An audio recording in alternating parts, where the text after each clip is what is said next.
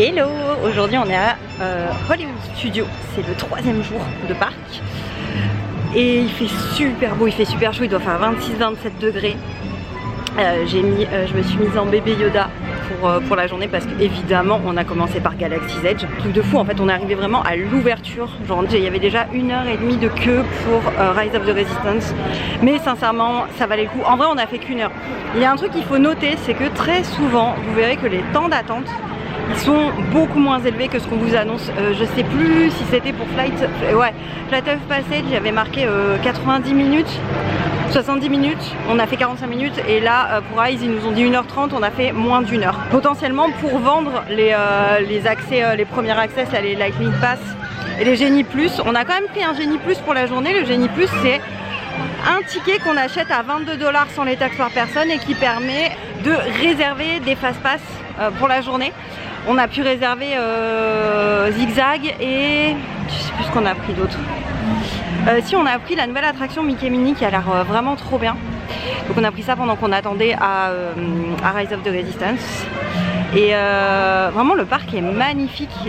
Dès qu'on arrive au parking, enfin au truc de bus là, tout de suite on a l'impression d'être à l'âge d'or d'Hollywood. Il y a une vraie ambiance, en plus il y a les palmiers. Enfin, là perso j'ai l'impression d'être à Los Angeles et c'est vraiment très bien thématisé.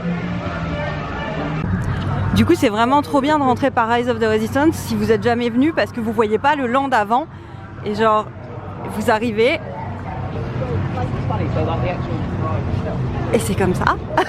Tu es obligé de faire Rise of the Resistance si tu veux aller dans le land. Non, tu dois avoir un autre accès, sinon comment tu sors?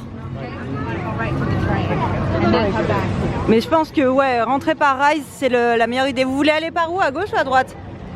Les magasins ou la rue? C'est tellement magnifique.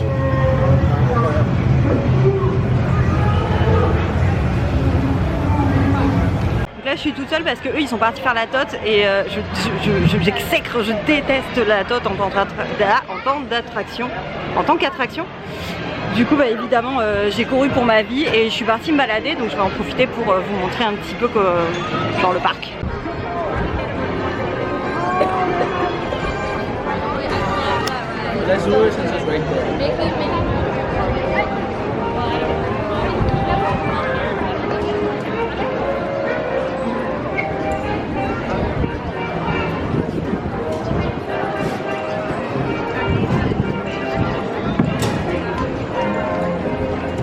Il y a vraiment une ambiance différente des autres parcs dans celui-là. Je sais pas pourquoi, c'est le côté Californie un peu. Ça a l'air assez moins magique, pur, c'est plus relax. Genre j'ai l'impression vraiment de faire du tourisme, mais c'est peut-être les palmiers qui font ça. Je pense que je vais finir par craquer à un moment sur un truc Orange Bird parce que je le trouve vraiment ultra cute. Il est vraiment trop mignon.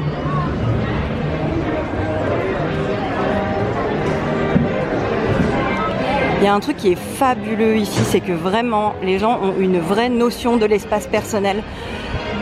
Personne va vous coller, personne va vous pousser dans la file d'attente, même dans les magasins ou dans la rue, les gens ils vont oh le zéro d'épaule. Ils vont vous contourner et si par malheur ils sont un peu trop proches de vous, ils vont tout de suite s'excuser avec bienveillance et vraiment ça c'est une folie quoi. Enfin c'est peut-être pas une folie aux États-Unis, hein. Je pense que c'est dans leur culture justement de laisser de l'espace comme ça, mais vraiment c'est une culture que nous en France, en Europe on n'a pas du tout. Enfin dans les pays genre ouais France, Espagne, c'est des trucs wesh non. Donc là-bas en face il y a le Chinese Theater, on va s'approcher doucement. Et à l'intérieur, il y a l'attraction Mickey and Minnie Runaway Railway, qui est une nouvelle attraction qui, je crois, qui est sortie juste avant le Covid. C'est les nouveaux cartoons avec un design rétro. Évidemment, ce matin, on a fait Rise of the Resistance, c'était oufissime. En fait, ce qui est incroyable dans Rise of the Resistance, c'est que c'est une immersion. En fait, c'est comme Flight of Passage. Ce qui est fou dans ces attractions, c'est l'immersion qu'on nous offre on n'est pas dans une attraction. C'est un peu comme non, c'est plus fort que Star Tours. C'est vraiment plus fort. Genre vous êtes genre là vous êtes un résistant. On vient vous chercher, on vous arrête, on vous poursuit. C'est vraiment c'est un ouf. Et c'est magnifique. C'est un trackless. Mais comme Ratatouille, mais à un niveau, c'est pas Ratatouille, hein. Genre Ratatouille, c'est la balade. Là, c'est vous en prenez plein la gueule. Vous rentrez, vous êtes dans un hangar gigantesque avec des Stormtroopers. Toute une histoire comme ça, et l'Empire qui vous chope, c'est trop bien. Alors du coup, l'attraction, elle est là. Nous, on avec le Genie Plus, du coup, on a un accès donc là-bas avec la Lightning Lane. Ici. En fait, pour faire les fast-pass, il y a deux systèmes. Soit vous prenez un Lightning Lane à l'unité pour une attraction en particulier, vous y allez quand vous voulez, et ça coûte easy dans les $20, ça peut être plus. Soit vous prenez la Genie Plus, et le Genie Plus, vous devez réserver toutes les 2 heures. Alors, on n'a pas, enfin, il n'y a pas les étoiles, mais il y a les empreintes de main. Donc là, on a Kermit. Ah, Bob Hope. Je reconnais pas tout le monde. Minnie Mouse, et ça va Minnie Mouse, tu pouvais pas prendre plus de place? Ah Pee-wee, quelle angoisse. Hulk Hogan, incroyable. Il y a marqué merci, mais c'est qui du coup? Je ne sais pas qui c'est. Ah, il y a Audrey Hepburn quand même. Don't Spit Here. Il y a plein de gens, je sais pas du tout qui c'est. Hein.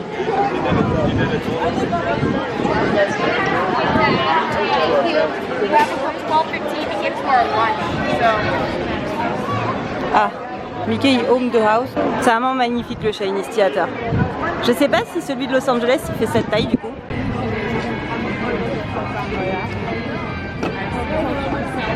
Ok, je crois qu'on est en train de trouver comment ça fonctionne. Ok, donc c'est ça. En gros, dès qu'on arrive devant une statue, lui il se met à vibrer, il faut double tape dessus et ensuite ça va jouer une musique ou faire une interaction, enfin en gros musicale. Je sais que Pumba, enfin Jessie m'a dit que Pumba il pète. Donc lui il jouait du piano, enfin c'était du clavecin. Et on va check avec du coup Polochon et Sébastien. Faut vraiment attendre que ça vibre. On voit que les gens ils essayent de se remuer devant. La lumière aussi on peut la régler, on peut régler la couleur de la LED. Bon là ça marche plus. Ah ça y est, il vient de me détecter. Oh ah voilà. Ok c'est cool, c'est cool. J'avoue c'est cool. Voilà.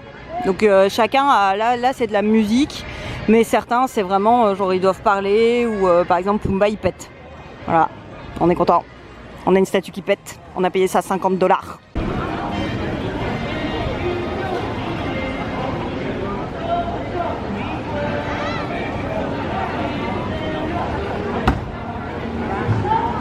Genre par exemple là, bah, y a des bancs un peu partout. Si vous êtes assis sur un banc seul, il n'y a personne qui va se foutre sur votre banc, enfin genre sur la place dispo sur le banc. C'est fou. Genre, en France, on n'imaginerait pas du tout un truc pareil.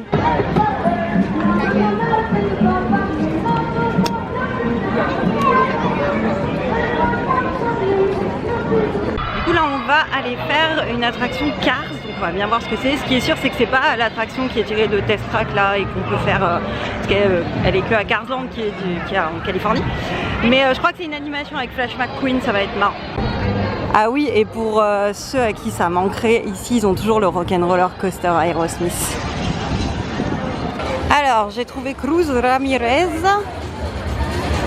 qui doivent être par là. Ah ils sont là-bas. Donc c'est Lightning McQueen Racing Academy. So I guess you can say that Lightning McQueen brought to you today by me. Hey, let's test Oh, c'est grand. C'est vraiment grand. Who is Lightning McQueen's official sponsor? Dynaco?